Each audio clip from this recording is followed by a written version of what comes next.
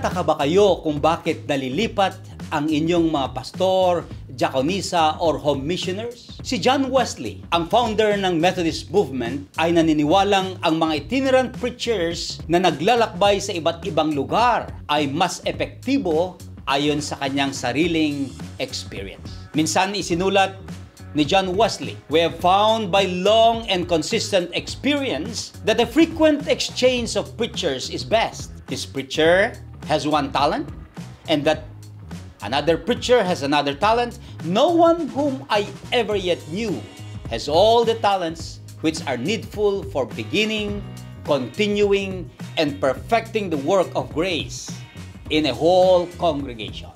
Oh, what a powerful statement. Eventually, ang praktikang ito ay nagtuloy-tuloy at naging pangunahing batayan para sa itinerant system na ginagamit ng ating iglesia hanggang ngayon. Tayo bilang mga United Methodists ay naniniwala na ang mga manggagawa ng simbahan ay pinapadala or they are being sent, not called or hired. Itinerancy refers specifically to the commitment made by pastors, deaconesses, and home missioners to go and serve where their bishops send them.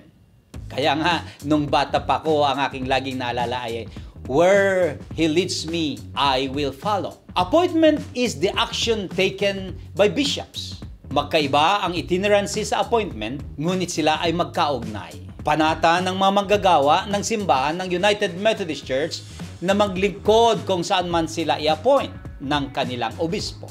Layunin ng appointment process na mapagtugma sa abot ng makaya ang mga talento at kakayanan ng isang manggagawa sa pangailangan ng partikular na kongregasyon o ministry setting. Sa appointment process, sinisigurado ng obispo o district superintendent na magkaroon ng consultation na nakabatay sa ating Book of Discipline at kasama ng kanyang cabinet at ang DS, clergy, and pastor staff parish relations committees. Sa isang connectional na sistema tulad ng UMC, ang wastong tanong ay hindi, "Ano makakabuti sa akin?" kundi, "Ano ang makakabuti sa kabuuan ng iglesia?"